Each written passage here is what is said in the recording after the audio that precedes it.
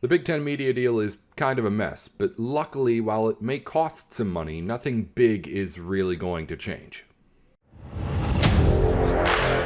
You are Locked On Big Ten, your daily podcast on the Big Ten Conference. Part of the Locked On Podcast Network. Your team every day.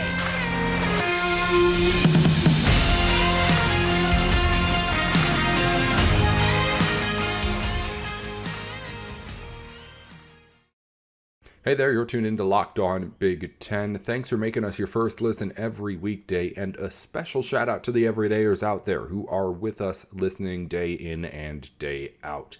I'm your host, Nate Dickinson. Today's episode is brought to you by Birddogs. Go to birddogs.com/lockedoncollege, and when you enter your promo code, LockedOnCollege, we'll throw in a free custom Birddogs Yeti-style tumbler with every order. High-quality shorts, high-quality tumbler, too, that they have for you.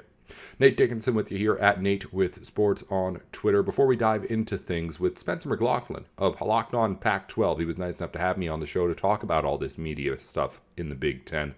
A reminder to follow along on the program wherever you get your podcasts, on YouTube and on Twitter. It's at Locked On Big Ten on all platforms when you're typing it out 10 at the end, not T-E-N spelled out. Again, Nate Dickinson with you here. Over on Locked On Pac-12, Spencer McLaughlin, the host, asked me to come on to discuss whatever's going on here with the complications in the Big Ten media rights deal. It's a Pac-12 conversation. It's a Big Ten conversation. It's a little bit of everything, which is kind of what we need to cover here to get the full expansion of what exactly this means. With the Big Ten not really on the ropes here, but needing to figure something out, and the Pac-12 certainly on the ropes and waiting to see what happens here as far as expansion goes. Spencer leads the conversation. It's his show that I was on here on Locked On Pac-12. I'll be back with you at the end of the program to talk to you a little bit more. But right now, let's get into that conversation on the Big Ten's media rights deal and what still needs to be sorted out with Spencer McLaughlin of Locked On Pac-12. So if we're talking about the Big Ten and what's going on over there, we have to bring on Nate Dickinson, of course, and we've got him here today. He's the host of Locked On Big Ten. And Nate, we over here in Pac-12 country would just like to thank you and the ACC as well for taking the realignment spotlight off the Pac-12 for just a moment. Thank you so much.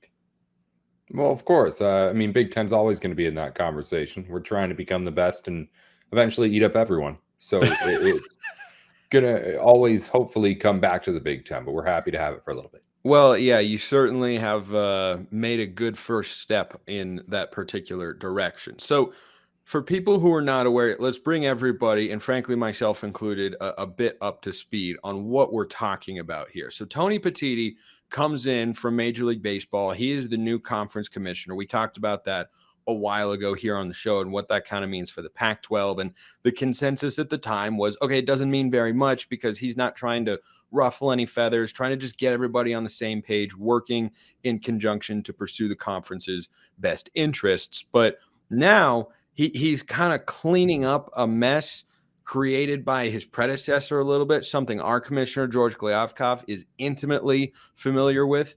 But what exactly is going down here with the disagreements and reshuffling and such of the Big Ten, the Big Ten's new historic media rights deal, and kind of when they're broadcasting games? The floor is yours.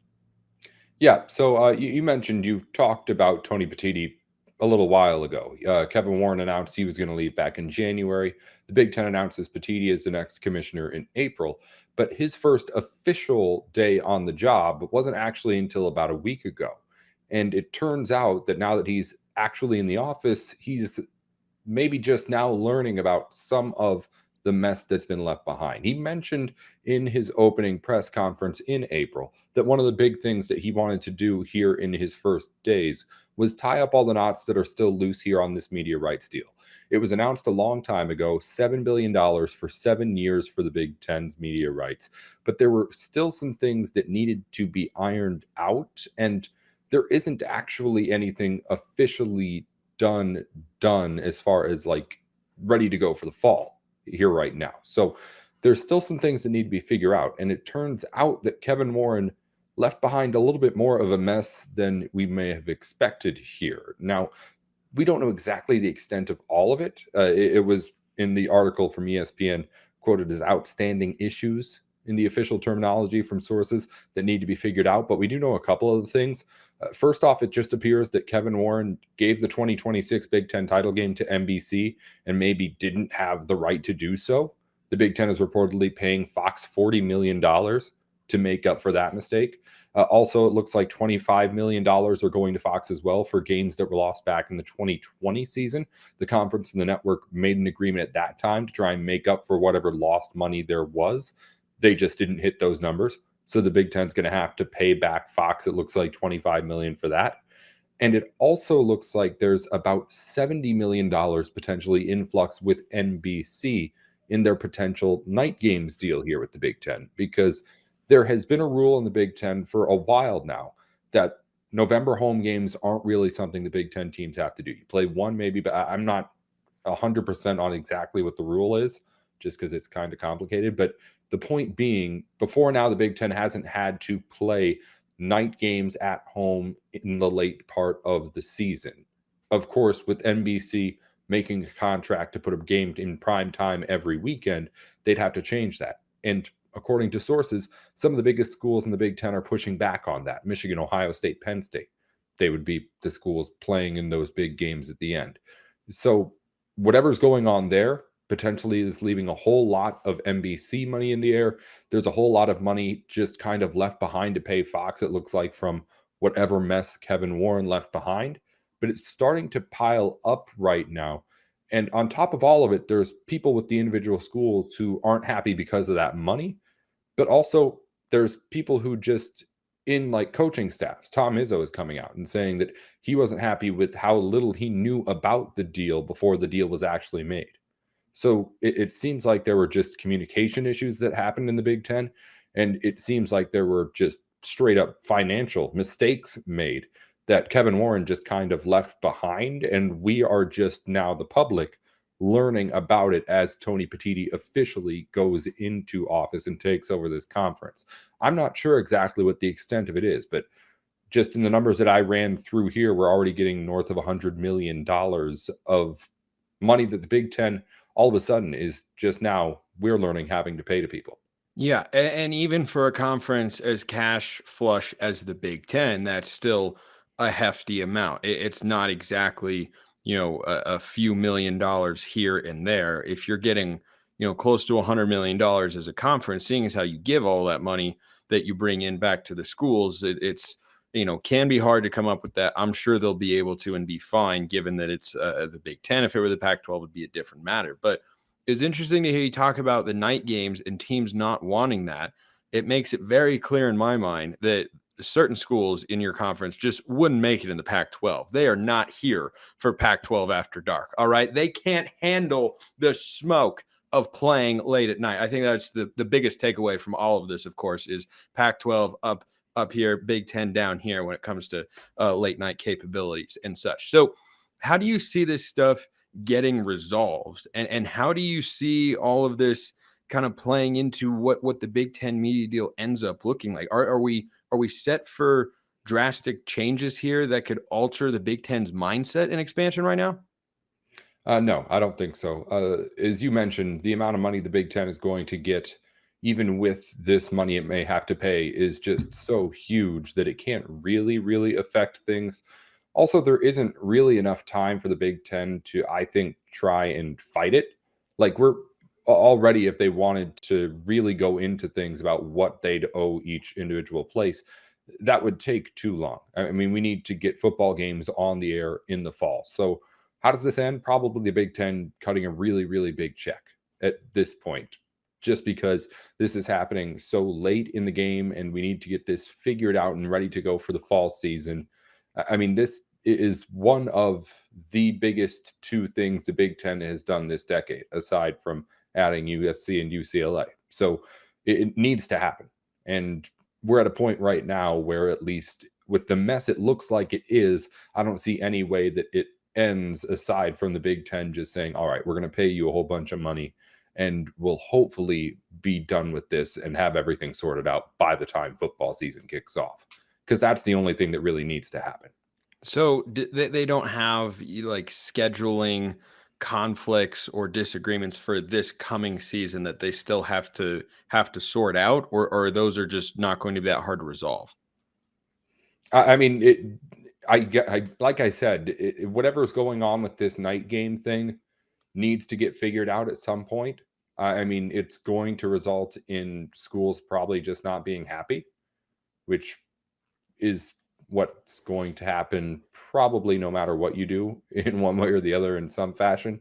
The Big Ten can't seem to agree on a whole lot of anything right now, but it's at least at the moment a situation where you just need to get everything out there and ready to go on the field. So if any of that stuff does end up needing to be ironed out, like at some point, Tony Petitti will just be like, hey, I'm putting the foot down. Here's your schedule for this season. And yes, again, we'll figure it out next year if we have to. But it's like times of games and things haven't been released yet and all that. At least I don't believe. I mean, we know matchups and everything. So, but we don't know when everyone's playing. So if there's some sort of argument to be had about that, I'm sure it'll happen behind closed doors now that Tony Petitti is in there and can get control of things, hopefully. And it will be sorted out soon. This isn't something that's worth messing around with. Well, we need to talk about how it can potentially, in one way or another, factor into the Big Ten's realignment mindset, or just kind of where that's at, because I've long held the belief and continue to think that the Big Ten has the power to tank the Pac-12 anytime that they want. But we also need to talk about how with summer, basically here in most places, Birddog shorts are the right purchase for you. They fit wonderfully. They are ridiculously comfortable, and their versatility is maybe their best quality. You look great. They make your legs look good. You feel good going around. You can wear them for a swim. You could wear them on a date. You could wear them on the golf course. Do whatever you want. Just hanging out with friends, summer barbecue, little league game, intramural softball. I don't know, whatever floats your boat, you can wear Birddog shorts. So go get your next order at birddogs.com/lockedoncollege. And we enter promo code lockedoncollege. They'll throw in a free custom Birddogs Yeti style tumbler, but you can only get that if you go to Locked On, or go to birddogs.com/lockedoncollege, enter the promo code lockedoncollege, and with any order that you make, you get a free Birddogs Yeti style tumbler. Do so. They are tremendously comfortable. They fit great, and they've got great versatility for the summer. So go get your next order today. All right, so let's do kind of a vibe check on Big Ten realignment, because for a long time it's been pretty, all quiet on the Western Front sort of deal with regards to the Big Ten going out west further, Nate. But with all this reshuffling with regards to the media deal and, timing and teams playing late night games or anything like that, is this completely disconnected in your view from where the Big Ten sits internally with regards to their desire to expand further? I don't think it's entirely exclusive. I mean, it's a long laundry list of things for Tony Petitti to do here. So at some point, maybe there is a point where you would be putting off expansion to more schools if you were trying to do it, say, this summer, this offseason, because this is, at least for the moment, a decent mess for him to pick up with whatever's going on with the media rights. There's, I think, no denying that, and that's going to take some time here. But as far as expansion goes, I do think that the Big Ten, at least since he's started to take over here, has started to get a unified message. And I was hoping that that would be one of the things that he would do when he first got in. Because before he had been announced as the new guy, when we knew Kevin Warren was leaving, there had been a whole lot of presidents, chancellors, athletic directors who had come out and said a whole lot of different things, really, about what the Big Ten wanted in expansion, or what their school wanted, or whoever they were speaking for. And I think that Petitti wanted to come in and have at least some sort of unified message from the conference about what they want out of expansion. Because I don't think the Big Ten agrees entirely on it. There are schools who would want to add more right away. There are other schools who want to wait and see exactly how this USC and UCLA thing's going to get integrated first. But I think that Petitti did a good job at least getting everyone behind the idea of whether or not we want to do something right now. We need to be ready to do something if one of these other situations end up causing a conference to fall apart. Because even a month ago when he was announced, it was a whole lot different, the landscape in both the ACC and the Pac-12 than it is now that he's taking over. So he was able to go in, at least I believe, and tell people that, hey, I don't know if you want expansion or not want expansion in regards to what's best for your individual school.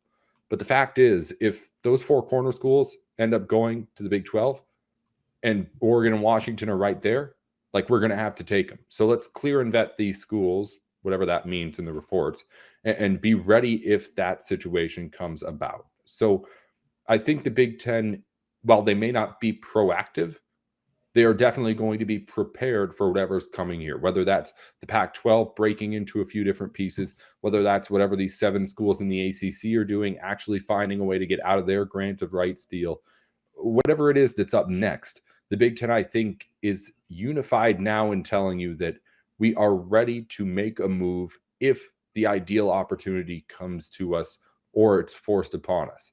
Because there are situations where there are schools that are just up for grabs, and the Big Ten would want to be in on some of those schools potentially. So I don't know if the Big Ten is going to necessarily go after the Pac-12. Like you said, I agree with you. If they want Washington and Oregon, they can call them up and take them any day they want to. But I think at the very least, the Big Ten is going to say now that we are ready to do whatever is necessary with the next steps that happens. But in my opinion, they're just waiting to see what happens and how these dominoes fall with your meteorite deal on one coast and trying to get out of a meteorite deal on the other. Yeah, I said the same thing about the ACC on yesterday's show with regards to their, looking at Oregon, Washington, SMU, and West Virginia as options to expand further west. And I think those are all, SMU is a prime target for the Pac-12, but if a disaster doomsday scenario comes to fruition, then SMU would still be available, and maybe they would want to go west, because I think SMU has a lot of Power 5 qualities, as we've talked about before here on the show. But I wanted to move over to the comments of former Oregon, now Northwestern University president Michael Schill, who was on the record recently. This is not some hot mic audio or anything of the sorts. And there's a piece over at 24/7 Sports by my guy Carter Baines, frequent guest here on the show, writes for Beaver Blitz and is on the 24/7 Sports national news desk as well. And he expressed concern over the addition of USC and UCLA to the league. He then went on to say that there are travel concerns there, particularly for the non-revenue sports, and that can make things more complicated, harder on student athletes. Financially, there are things you have to work out there because, yes, you get more money being in the Big Ten, but some of that is offset by having to go to the middle of the country all the time. And he prefaced a previous comment, or an ensuing comment rather, with that, because he was laying it out to basically say, yeah, I think one day we should maybe go add more West Coast schools at some point in time to reduce the travel. And I will say there was kind of a funny quote in there. According to the Daily Northwestern's Pavan Acharya, quote, while he remains skeptical about the initial decision, Schill believes adding more West Coast teams to the Big Ten, in addition to USC and UCLA, could result in less overall travel time for all teams in the conference. Well, yes, it turns out the West Coast is closer to the West Coast than it is Big Ten country. Not exactly a groundbreaking comment there, but the fact that he's making it, to me, is indicative of at least his mentality. He is but one lowly college president, but he's at least one of them in there that's thinking, okay, adding more West Coast schools could be really, really logical here. The irony, and if you're a conspiracy theorist, why don't you put on your tinfoil hat, of him coming from the University of Oregon, which I think would definitely, as you alluded to, go to the Big Ten along with Washington if they were ever invited, is too great to overlook. So how many are there other presidents that you think feel this way, Nate? Or do you think this is just the opinion of one guy who maybe wants to expand further? Maybe he wants to do a solid for his former school. Maybe, there are a million things at play there. What do you make of what he said? I mean, if you're talking about the travel thing, the travel thing's kind of weird just because, like, no matter what you do, the travel thing's going to be a problem, right? Like, say you're getting USC and UCLA into the Big Ten, and in the first couple of years, the travel is really complicated. It's really stressful. It's hard to figure out. People aren't getting it. Like, are you just giving those schools back then? Like, no, you figure it out. We'd get take through them. it. We'd take them. Exactly, Well, exactly. well, actually, the conference might take them. I don't think fans would take them. Right. But the point is, like, that it's going to happen either way. Like, if USC and UCLA are the only two in the conference, there's going to be problems trying to figure out that. If it's going to try and add Oregon and Washington too, there's going to be problems trying to figure out that travel too.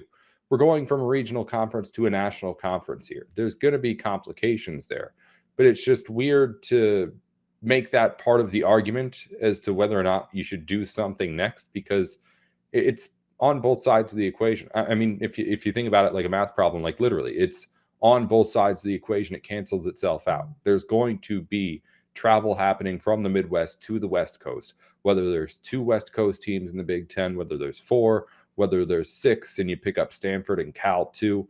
It doesn't matter. That's going to happen. So it's a problem. It's something that needs to get figured out. It's not something that should be ignored. But when you're using it as an arguing point for we should expand more or we should stay with what we have and make sure everything's working, it's not really anything that makes sense on either side, because it's just something that's going to happen.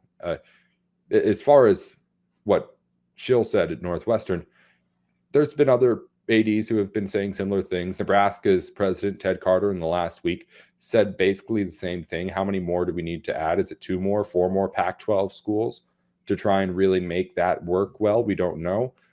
There's people who are coming out in support of the expansion. But again, I think there's a more unified message here, because Carter said in the same time that, like, hey, with what's going on right now, it may not be immediate. It may not be this offseason or the next offseason that something like this happens.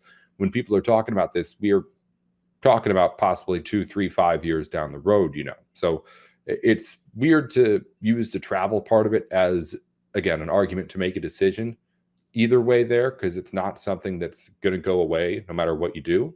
But I'm definitely hearing, yes, to answer your question, other people are saying similar things about trying to get USC and UCLA some neighbors there, because in theory, yeah, it would make things potentially a little bit easier for those West Coast schools to have somebody next to you.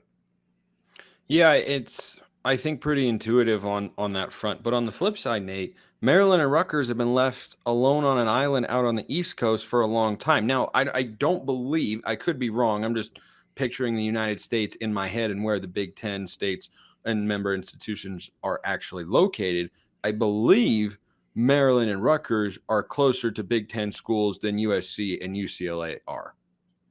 Yeah, I believe. Yeah, that has to be right. Yeah. So I think there's still some precedent there for you add 2 schools that are getting you into a new market. USC and UCLA, obviously a much more valuable addition athletically than Maryland and Rutgers for more than one reason there. You bring USC football, UCLA basketball. Those are top 5-10 brands in the country in those respective sports. And I think that that's a tremendous addition. Whereas Maryland and Rutgers, like, Maryland just had an 8-win football season. I'm pretty sure it's like, hey, this was really good. They're like Cal out there, or unfortunately Arizona at this point in time. It's like you have 8 wins, and that's maybe getting the coach an extension. It's like South Carolina football, right? They won, I think, 8 games a year ago under Shane Beamer, and it was like, oh my gosh, this is amazing. This guy is great. So I think there's a little bit of a different standard there, but. Any final thoughts going forward before we wrap up today's show, Nate, with regards to, where things kind of stand on the realignment front? Because I get the sense that everybody is, I mean, the Pac-12's got a lot of stuff to figure out, of course, with their media rights deal and such, but I get the sense that everybody's like at the starting line for lap 2 of realignment in this track race.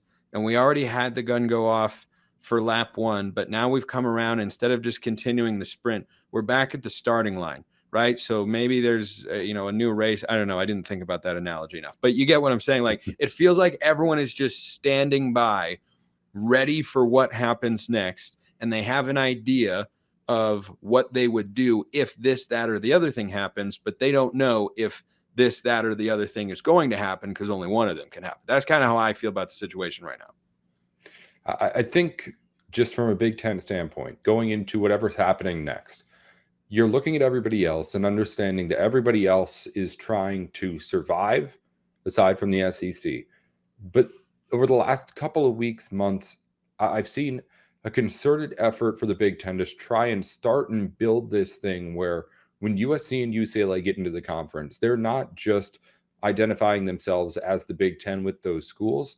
They're really making this into a kind of relaunch of the Big Ten as the conference to watch, not just in college football, but in all of college sports. They've been making these little bitty tweaks to the way that they're doing things. Just a couple of weeks ago, got rid of the rule that you have to schedule a Power 5 non-conference opponent on your football schedule every season. Big Ten doesn't have to do that anymore. So the conference is saying, I agree, but at the same time, the conference is making it very clear that the identity of the Big Ten is that we not only are the best thing in town, but we don't need to be going up against anybody else. Everybody in our conference is going to be so good. This media rights deal. Yes, the Big Ten that's been known to be the noon game on Fox every single week. Well, now that network that puts on Sunday Night Football, that Saturday Night Football is going to be Big Ten football every single week. That's going to be the game that you want to watch. They're going to get rid of divisions in the Big Ten too, and they're waiting for USC and UCLA to come in to do it. That conference, non-conference Power 5 scheduling rule, that could have been put in for this fall. They didn't do it for this fall. They're waiting until next fall when they have the new look Big Ten ready to go and to present to everybody. I don't know what happens next in expansion for the Big Ten, but it's going to be a concerted effort for them to really assert themselves as the top dogs in college sports because they're going to have the most money. They're arguably going to have the best teams when these two teams get in here. And they're going to try and make it even better at some point. And I'm hoping that it's sooner than later, but we'll see what ends up happening. Thanks again to Spencer McLaughlin for joining us on the crossover episode. Again, tune into Locked On Pac-12 if you want to know everything that's going on with that conference. And it's, of course, of bigger interest to Big Ten fans right now than ever with that media deal still up in the air on the West Coast. I'm Nate Dickinson at Nate with Sports on Twitter. The show is at Locked On Big Ten on Twitter, wherever you get your podcasts, and YouTube too. Follow us everywhere. Of course, helps us out a lot as always, and thank you for making us your first listen and making yourself an everydayer here at Locked On. We'll be back tomorrow with more on everything that's going on around the Big Ten. Until then, Nate Dickinson with Locked On.